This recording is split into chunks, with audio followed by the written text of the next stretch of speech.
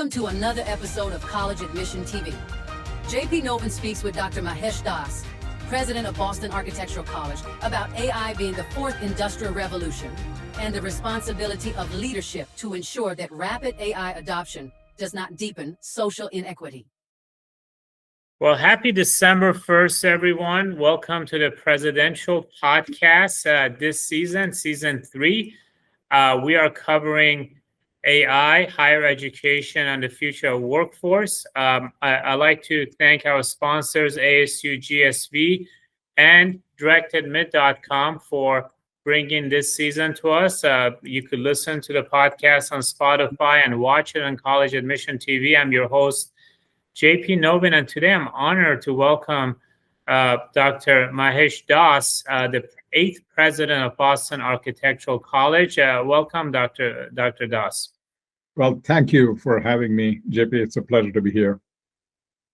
Well, we really appreciate you joining our podcast. You bring a rare combination of design leadership, academic scholarship, and technological insight. You're an author, a designer, and an educator in this field. And I thought you would be a perfect candidate to talk about this very topic, because we have not had a guest from a specialty school around architecture. So I think our audience will be thrilled to hear how AI is going to be changing how architects actually look at their design and workforce and delivery. So I'll hand it to you. Tell us a little bit about your background. How did you end up at this role? And also talk to us about your college, please. Yeah, JP, that sounds good, and I'll keep it short. So first, about the college, the context. Boston Architectural College is 137 years old, and it's been a staple in Boston, now around the world, in terms of very specific, focused professional field of architecture and design. Now we've expanded to other fields of other areas of spatial design disciplines. So it's very focused around that. And it's also a very unique model right from its founding days. It started as Boston Architectural Club in 1889. And it was started by a bunch of professionals at the time who felt that quality design education could not be obtained in this country for those who needed it, that they needed to go across the pond to Europe to get it. And so they started a club. And that was also the time many other clubs were founded in Chicago, in New York, and elsewhere, Philadelphia. And they all started with that mission of access and democratizing design education, a place where you can convene people and learn about design and share knowledge and educate the community. And that journey, other clubs remain what they have been, but Boston Architectural Club evolved into Boston Architectural Center after the Second World War. And then it became Boston Architectural College in 2006. So now it is a full-fledged college offering more than 20 degrees and certificate programs. And we were the first to begin to offer an accredited online degree in architecture 20 years ago, more than 20 years ago now. So it's been a pioneer and innovator. And the educational model is also very unique. It is a very immersive educational model where it is work integrated, profession practice integrated. And so our students both learn in the work setting as well as in the academic setting simultaneously. So they can actually compare these and integrate them in ways that are readily applicable, but also relevant. So we don't have the problem of other institutions face where you prepare the students in isolation and then put them in the professions. Then they need to be educated about what is relevant in the profession in terms of the skill sets and all that. So that's the educational model that is very unique. And so online and practice integrated education are two of the innovations that this institution has done. And now we have more things coming up. And we will talk about it, I'm pretty sure, in the course of this interview. So that's a unique story about it.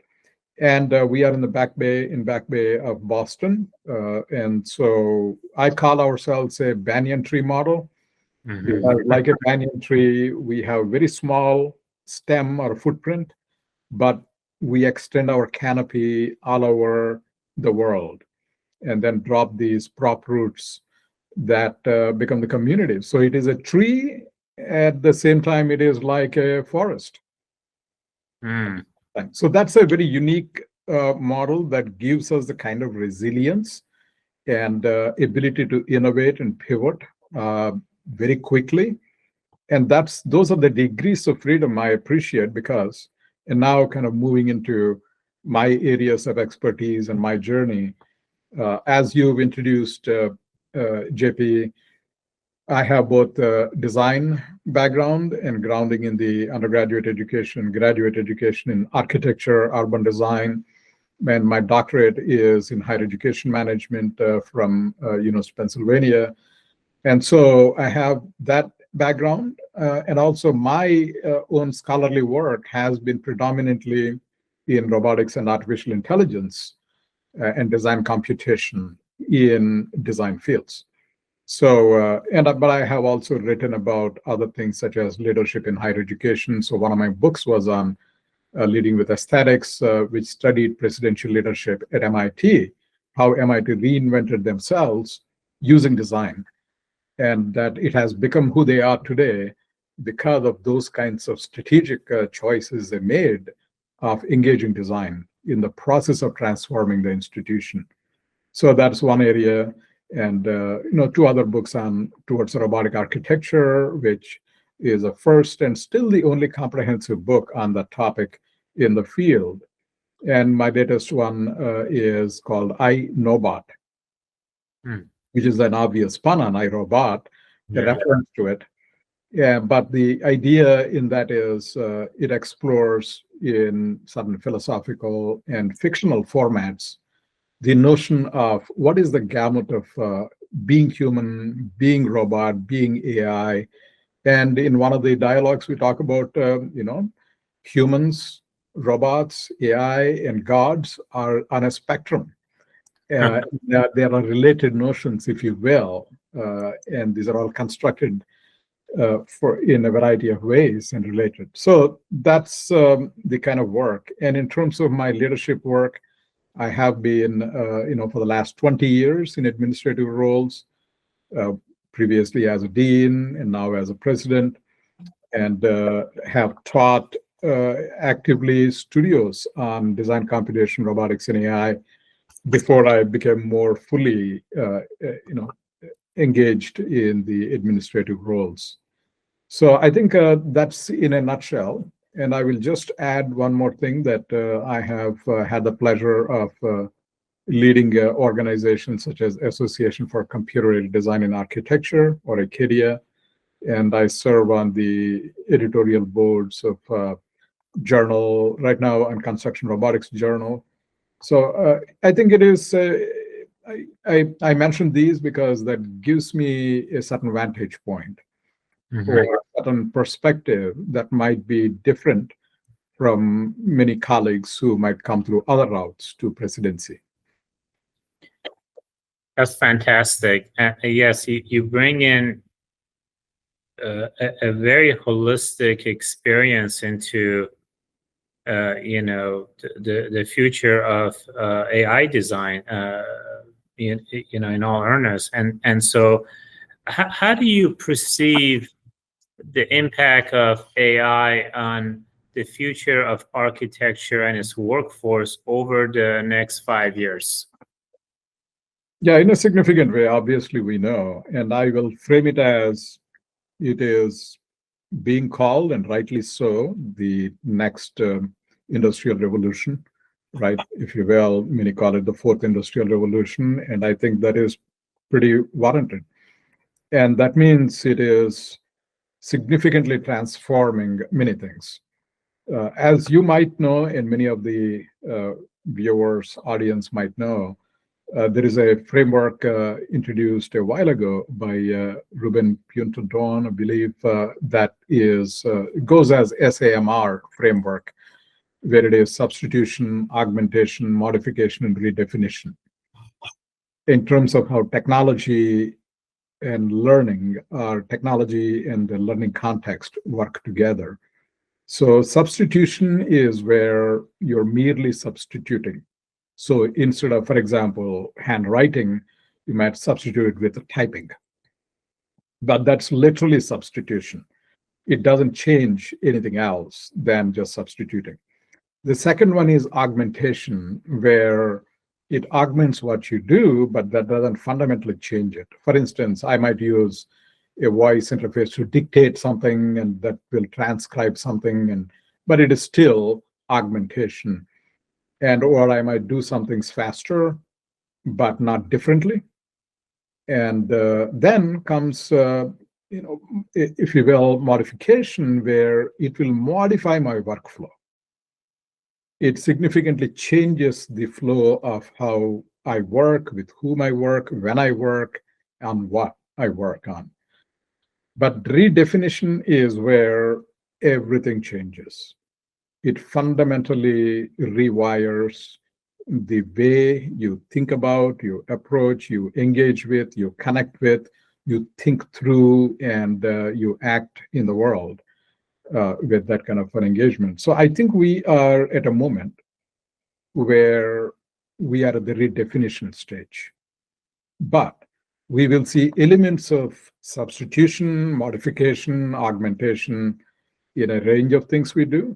But I think its redefinition part goes to your question, which is, it is changing that those workflows and paradigms in every field, including architecture and design fields, in terms of how professionals work and how professionals think about and engage with various stakeholders, and in even thinking about the design and the built environment itself. We can talk more about it, but let me just say that is happening as we speak right now. And I would say it is probably in the professional circles, you will see more of the S and M and A at the moment, but the redefinition is already happening as a wave underneath. And that will begin to surface more and more and more in the coming years, which is usually always been the case in terms of technology.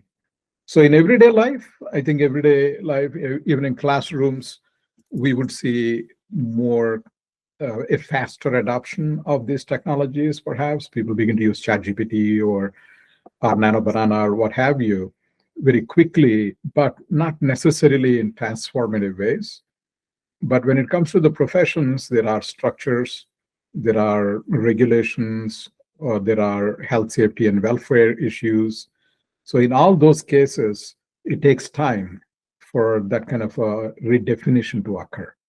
So it's a matter of time. It's a different timeline, but nevertheless, I do see that happening. When you look at the profession of architects, what portion of it do you think it could be potentially vulnerable to AI and at risk? I know we'll talk about the opportunities, but are there areas of architecture that you might say, well, these skills or these types of architects might feel more threatened by AI doing their job and rather than a human doing it? Are there areas that you could expand on? Mm-hmm. Yeah, so there are two things I will mention in terms of prefacing it. So what we do, we have fields that are not just architecture, but adjacent to architecture.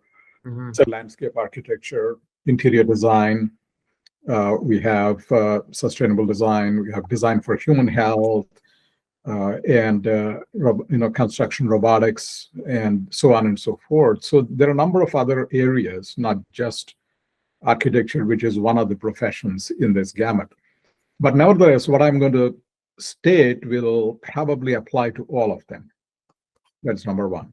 Number two, in my recent book, I Know About, there is a story, and it's called Architecture Without Architects. And the idea that we explore in that is, at some point in the future, let's say, I don't know, right now we are 3 years since Gen AI went big, right? Yes. But imagine 100 years from now, 200 years from now, what kind of a evolution of this technology will occur. And that is what we try to imagine there. And so it's a dystopian story where human architects are unlawful, and design could only be handled through artificial intelligence and robots and such. Obviously, it is kind of a dystopian exaggeration of it, but nevertheless, it is not too far from certain reality in in 100 or more than 100 years. So in that sense, there are scenarios where you can imagine that happening, but there are scenarios where, depending on how we evolve with the technology, in terms of using the technology, in terms of understanding the value of the human agency and human element, we will see a number of things develop. Whether we can evolve as humans in terms of how we think and do and identify ourselves with and care about, empathize with, we'll see different things happen. With that preface, what I would say is, what are the things that are at risk, right? That is your first question about. So AI can do right now visualization very, very well. And this has been the case, ironically, since Gen AI became big, actually in 2022 itself. I mean, there was a lot of undercurrents of Gen AI in visualization, art, and design areas before ChatGPT hit the world. So that was happening preceding it, which nobody expected. And during that time, there was an AI called Midjourney, and Midjourney based produced art won an art contest. And it became a huge controversy, as one can imagine, as to, is this human generated, or what is the role of human in the generation of this work, and so on and so forth. But that was the, if you will, the canary in the coal mine, that creative work, cognitive work would be done by AI and would displace those and or put at risk those areas, rather than something that needs physical work, such as, let's say, plumbing. The trades are all kind of well preserved and well protected, whereas it is a cognitive and creative faculties that are threatened. So law and design and communication, marketing, these are all the kinds of areas that are affected. And architecture and design are no different in that sense. The only thing right now, I would say, visualization and conceptualization, the ability to analyze a particular context of client's brief or client's needs, or a project's context and the various parameters, all of those analytical work and conceptual synthetic work, all of those AI is able to, at the least, supplement, and in some cases potentially replace. Right. That is a gamut of work. But when it comes to design is a highly bespoke, at least in architecture, not just necessarily industrial design. In industrial design, you mass produce, so it is a different scope. But in architecture, it is highly site-specific or highly specific to a particular context and a client and the needs. And the complexity of things are such that AI cannot entirely replace it at the moment. Is it possible at some point of time to do that? Potentially. But right now, I think it is still, the humans in the process are very valuable. The human architects, their relationships, because a lot of that work also depends on trust. That's right. And so trust is in relationships, and so that is where the value of the human architects comes into play. Now, I think the engineering part is understood. So anything that's structural, the structural engineers, their role obviously is safe because there's a lot of compliance, there's city ordinance and all that other stuff. Yeah. On the design, it seems to me it is still, I mean, you could fairly soon, I mean, the pace of change is unprecedented. I mean, I'm assuming you could take a camera, record the environment, upload it, have a clear prompt, and say, hey, I'm looking for an experience that's modern, contemporary, spacious. You could define all of that, and you're going to get a lot of ideas, but ultimately it requires a human to connect to a human and really fine tune that. So is it possible that we now have more options to really have the AI do the heavy lifting and the human to complete the experience? Am I far-fetched in saying that? Yes. No, I think you're pretty much along what we see evolving. So so let's talk about specific to architecture, landscape architecture, interior design, where you're all working with space, and you're working with a very complex set of parameters. So you have, on the one hand, as you said, regulations, you have site conditions, right? How is the topography of the site? What is the weather, climate conditions there? And then microclimate also. It's not just macro, but you are on a slope of this hill as opposed to that side of that slope. Everything changes. You are right next to the body of water. Things change. So there are a lot of complex things like that. But then at the same time, what do you actually need to build? How do you structure those are entirely about the human needs, right? Or the needs of life, if you will. Let's take a zoo. It's not just about humans. It is also about animal kingdom and at large. So I would like to just say life-centered design. Understanding those which are highly complex, but also you cannot pinpoint them. It's not a formula. It is a conversation. And as you engage in the conversation, things evolve because a client or clients are better informed by this conversation and they can better define what they want. And then that changes the design context, all of which is a very complex, long, what I'd like to call it the long context, which AI is not good at yet.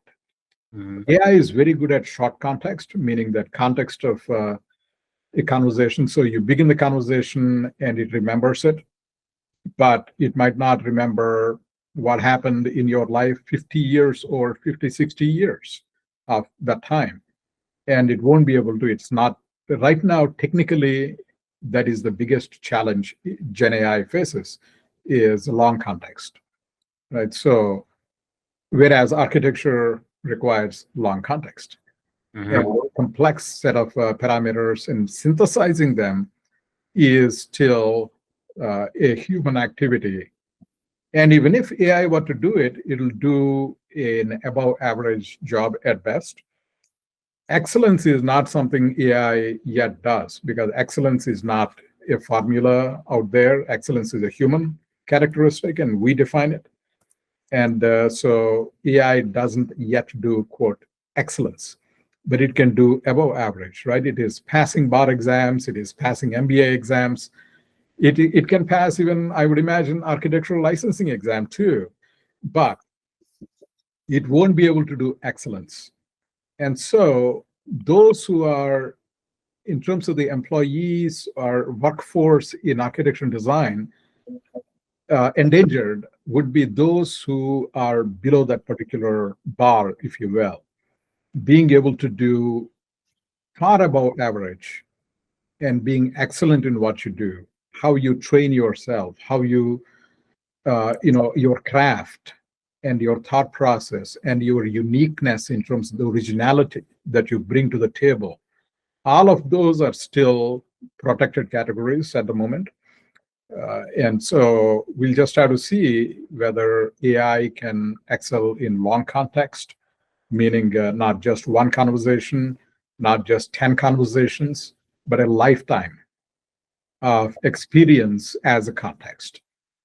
And it doesn't have the lived experience because whether we look at large language models or diffusion models in terms of visual AIs, those are all based on existing body of knowledge that is already, if you will, in some digital or physical form, but not in the real world experience. So in that, I mean, if I'm getting a B arc or an M arc, I think I'm safer. But if I'm dealing with design, especially, there's so many tools out there that humans might, a novice might use versus in the past they would go to an interior designer or landscape designer.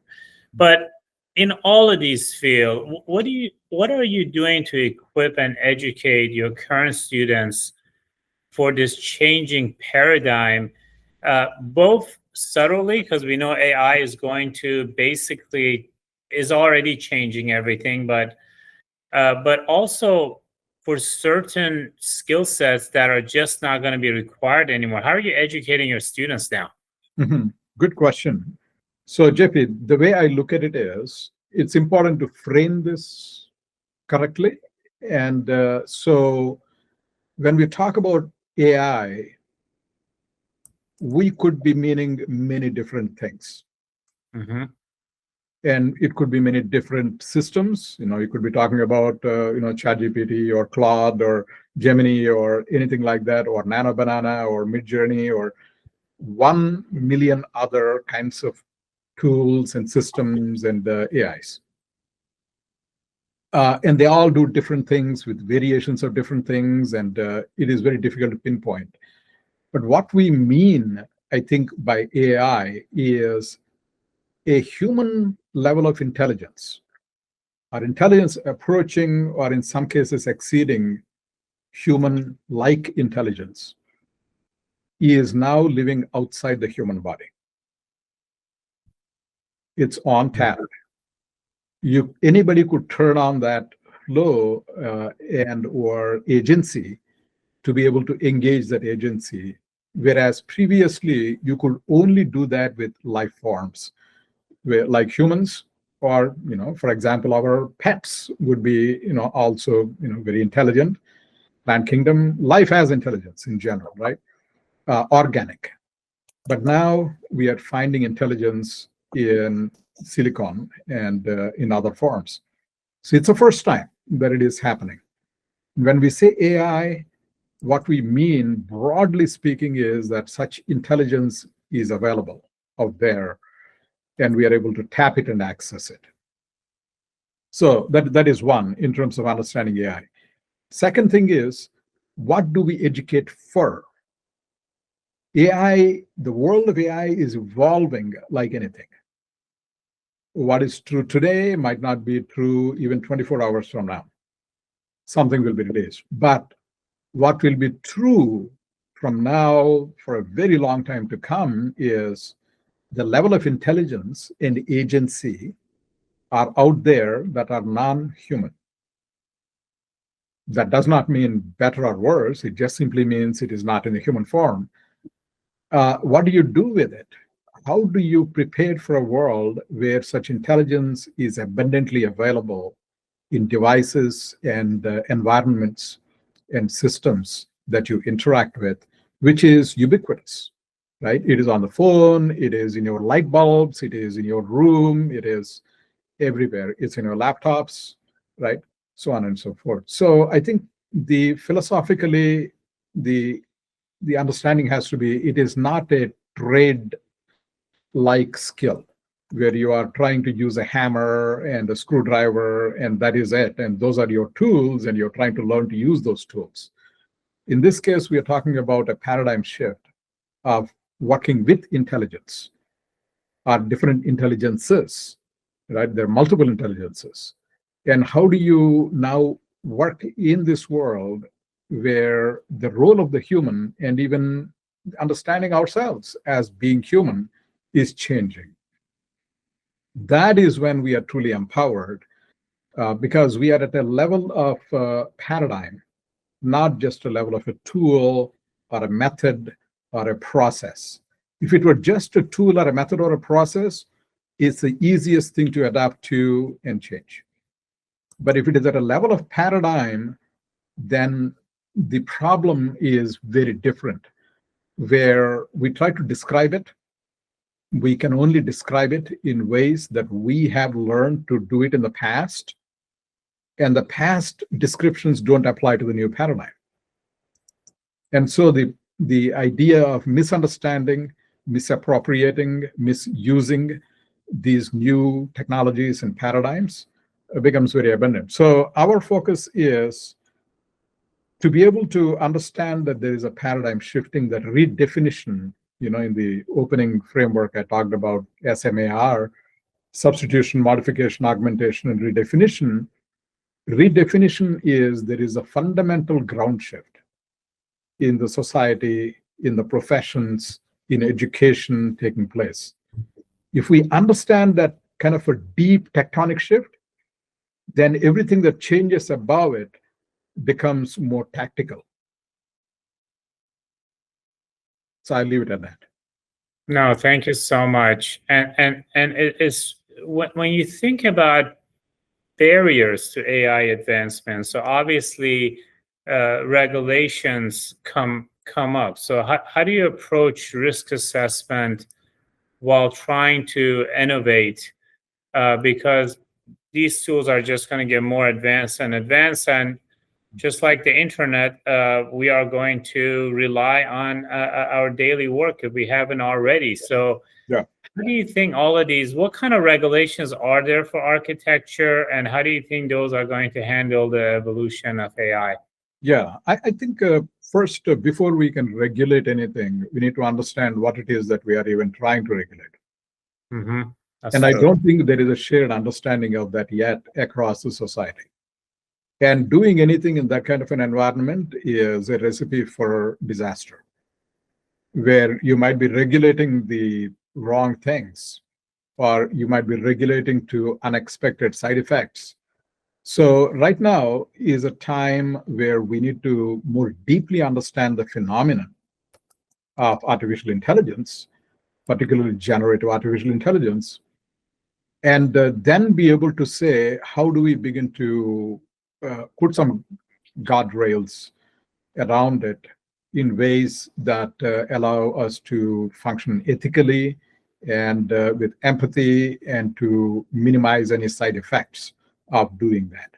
So the way we approach it is that when something is so new, you need to be able to be very innovative. You need to see what you can innovate, what you can learn from, experiment a lot with it within a safe environment. So we need more sandboxes at this point of time than rigid kind of regulations around these kinds of things, because nobody yet fully understands what it is that we are talking about. How do you actually talk about it in ways that is shared? And so that is one. In terms of how do you frame this and approach it?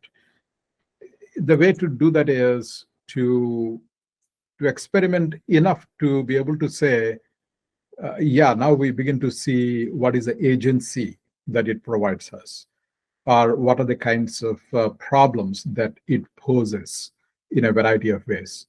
When calculators came on the scene and became very prominent during the, I think early 1980s, there were protests by math teachers out in the streets and protesting that calculators should be banned. And, we know now how to work with calculators and how to educate around mathematics and such. In architecture and design also, it is going to be very similar. So right now it is a very nascent time, and it's a time to carefully engage with it. critically engage with it, to watch it. And as I'd like to say, you need to be at the table in shaping these things. If you're not at the table, you are on the menu. Well said. So we should not think that this is something happening to us. We should say is something we can shape. If we think it is happening to us, there is a kind of a victim mindset. Whereas we need to empower ourselves to say, we can be at the table, we can shape it, we can play a role in understanding it, in defining it, and adapting it in ways that are responsible, and that it is socially, economically, ethically, there are ways of adapting and evolving with it. So it is complex. We need to be at the table. It's not something somebody is doing from Silicon Valley to us. Now, anybody is empowered to be able to work with these tools, to develop new tools, and to be able to talk about it and engage in the public discourse, much more so. Well, you look at just the last 3 weeks. 3 weeks ago, ChatGPT and NVIDIA were the talk of the market every day. This last 3 weeks, Google value has gone up by $1 trillion because of Gemini 3. Yeah. And rightly so for anyone who's tested it. Their investment in DeepMind, eventually we know they figured it out. But the discussion is even much faster than what we saw with InfoSeek or Alta Vista and then Yahoo and Google in the 90s. I mean, that kind of had one LLM eventually monopolizing that market, and really taking the lead. And so there's not a clear leader. Obviously, we know that ChatGPT and Gemini are going to be around for years to come, but there's also going to be a lot of these other tools coming in. And to some extent, we are getting bullied around based on these tools because there's so many of them that are coming about. Now, there are very few, maybe there's 10 that actually are creating the real LLM. Everyone else is kind of feeding off them. But let's talk about teaching. How do you expect, how do you look at pedagogy? How do you teach today with not just the current tools, but the tools that are going to be introduced in the classroom? Do you see that changing?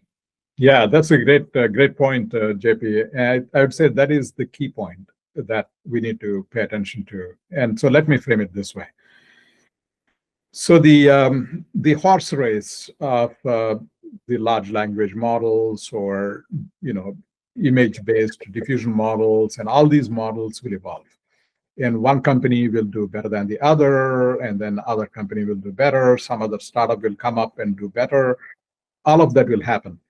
But I think there are general stream of trends that are happening and the trend lines that we can follow that can continue to be allow us to pay attention to the trend line as opposed to these kinds of ups and downs. So just like a stock market where things will go up and down and the volatility is going to be very high within a short time frame. Whereas if you look at the trend line, then you can see the shape of the arc, right? So that is what first thing we need to pay attention to. So I tend to kind of underplay whether this model is doing better or that model is doing better because they are all within a certain range that they function. They're not going to do something fundamentally differently yet, at least. It's not as disruptive to the Gen AI models themselves yet. Having said that, how do we educate in this kind of a context? I go back to Gregory Bateson. Gregory Bateson, who really contributed greatly to the whole notion of systems thinking and cybernetics, he talked about the importance of utero learning, right? Learning to learn. And that is, I think, the most important attribute of education that we can do. It is not just about learning a thing. but rather learning about how do you learn anything and how do you keep learning. And that if you are open to learning, you will evolve. If you don't learn, you become obsolete, right? And that the reason is the rapidity of this kind of a change is a challenge. And if we don't continue to learn and adapt, then that becomes obsolete, right? So that is the most important thing. It is not what model to learn, but rather how do you actually engage with a particular model? What are you doing when you're engaging the model? Are you engaging it with a certain critical stance? Or are you just letting it do the thinking for you, which is not good? Or are you letting it do the work for you, in which case it can replace you, right? So we need to engage it in ways that are more complex. So simple workflows are very easy to replace, right? Yes. You say, write an essay for me on this topic. If ChatGPT can do an essay, then it's going to replace you. But if it is about telling a story that has a certain deep, long context understanding of life and the complexity of life, and that shows up in every nuance, and then you are using ChatGPT to analyze it or to be supportive in the process, so it augments what you are trying to do, that's a different notion altogether. So I think how you engage is itself a big question, not just what you do when you engage, but how you, and to what effect, to what process, and understanding and developing that workflow is most important. How many times have you seen, do you get emails that open with, "I hope you're doing well," right? There's an artist who invented actually a little contraption that repeatedly types, "I hope you're doing well. I hope you're doing well." It is a machine that begins it's a physical machine that begins to type, "I hope you're doing well. I hope you're doing well." So when I see that, you see that people are using it uncritically, right? It's not yours. It is not your voice. It is the AI's voice. AI has no particular perspective. AI has no particular point of view, because it is not a physical being like you and me. Physical beings have a point of view. When I look at it this way, I look at the world, and I look at that way, I look at a different world. And what is behind me, I don't look at. Whereas for AI, there is no point of view. It does not have the eyes, ears, and all that in the real world. And so you have to begin with who you are, where you are, what you're trying to achieve, have that clarity. Go to the first principles of why we are using these, in what ways we are using them, and how they become part of the ecosystem, so that you are the one who's mastering, as opposed to being mastered and replaced. So that's an attitude question, fundamentally, in how you engage it thoughtfully and critically and ethically, and with a clear understanding of why you are using them and to what end you are using them. So that's let me pause there and see what questions you may have. Yes, certainly the pace of change seems accelerated. And I think we're talking about AI literacy now, where AI literacy is going to be embedded into just like any other language. I'm sure UN is going to have a new standard of literacy that is, they added computer literacy a couple of decades ago. I think AI literacy is probably the next phase of advancement of a society. And the question now is going to become, I think the major difference between this types of literacy versus what we saw in Industrial Revolution with automation, when we changed from a agrarian society to an industrial society, and now to a service society, one could say that we're changing to an AI society or economy, as it stands. And it just seems that the question becomes run rate. We know we're going to upscale our workforce. We know there's going to be new Amazons and new Facebooks and new Googles. There's just going to be an entire ecosystem that's going to be generated. But we have a population, at least in the US, that is working well into their 70s. We have over 120 million people over the age of 25 who don't have a bachelor's degree or higher. And we have a lot of students now facing difficulty finding jobs coming out of college. So the question is not, are we going to have more jobs? We know we are. The question is, in the next, 2 to 10 years, as we displace drivers and customer service and all of these entry jobs, what are we going to do in the interim? Do we have what's going to happen? Could we have a social unrest while we figure all of this out? Well, that's a big question, right? JP, I think that's a fundamental question of social systems and certain level of balance or homeostasis, as systems thinkers would call it. Homeostasis is maintained in these systems so that they're stable systems. And anything that goes a certain curve can disrupt it. We are in a disruptive time. We can see that redefinition occurring under our feet and all around us. So the question is, how do we do this in a way that includes people everywhere? And it does it in a way that we are not leaving large segments of our society behind or in the margins. And so the need to be able to bring those issues to the table of policy making, of leadership of various kinds, governance, and the institutional evolution, such as higher education institutions, all of that becomes utterly important. And that is something that probably hasn't occurred sufficiently in the social networks era. And we are seeing the effects of it, right, in a variety of ways, adverse effects of it. So now let's come to what can we do about this, and how do we begin to wrap our head around how do we even approach this? The first thing I think is literacy. You talked about AI literacy.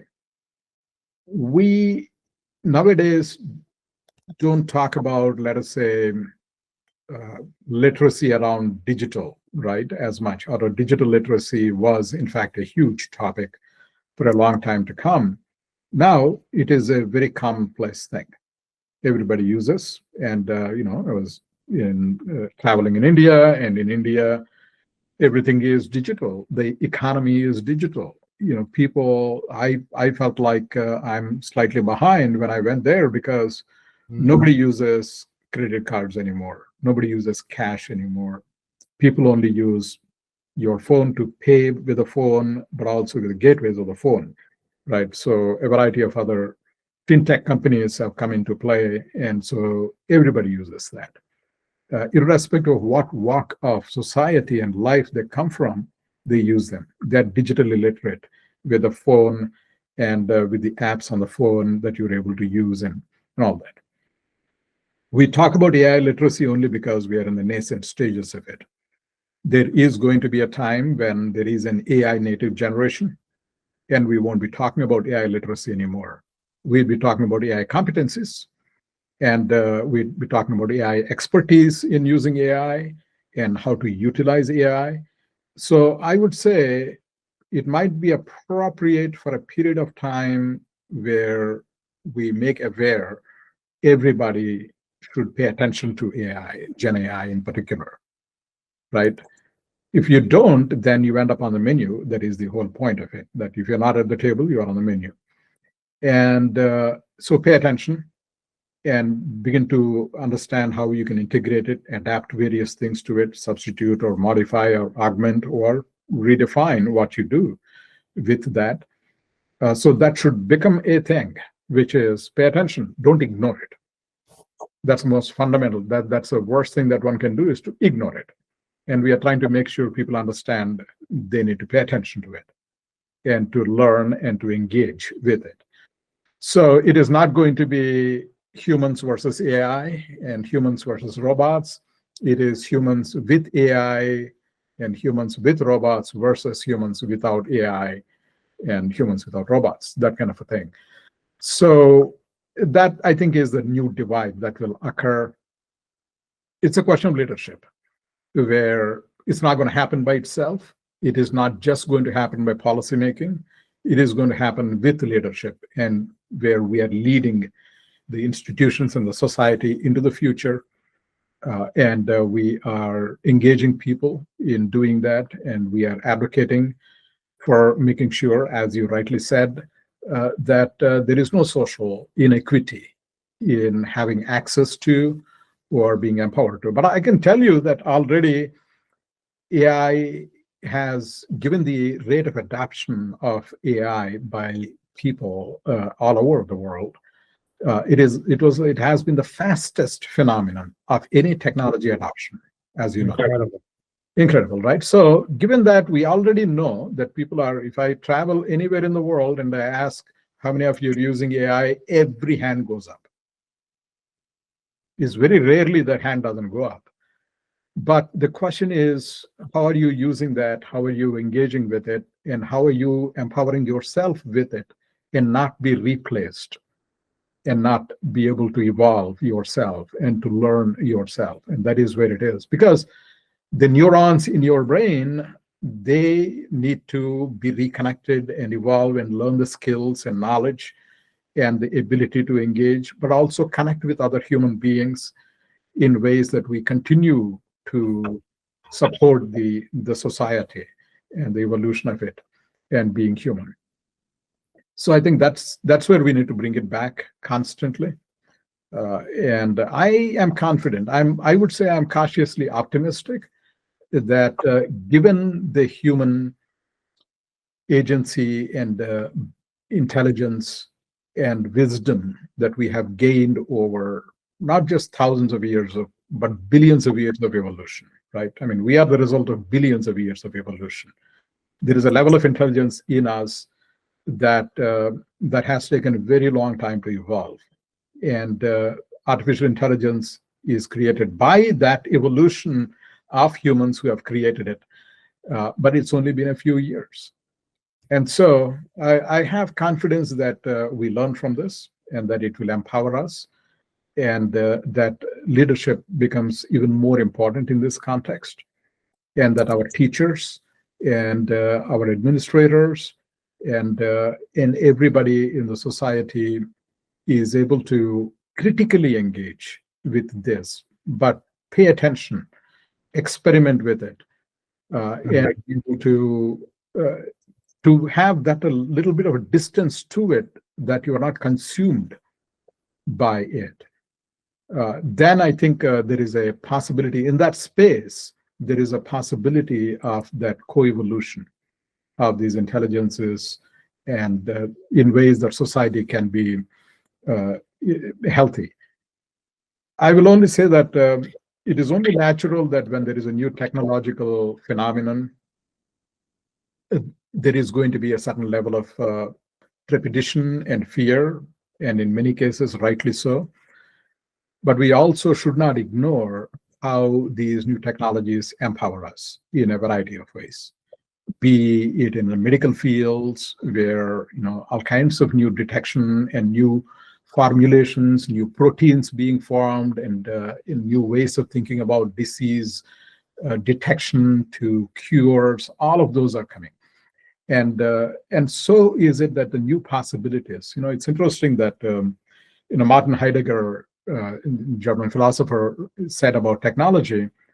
He said technology is a way of revealing. Technology is a way of revealing the possibility in the world that previously could not be revealed. So if you take airplane, traveling in airplane, suddenly changed and revealed a world in ways that previously was not possible. Same with the computer, same with the phones, and same with Gen AI.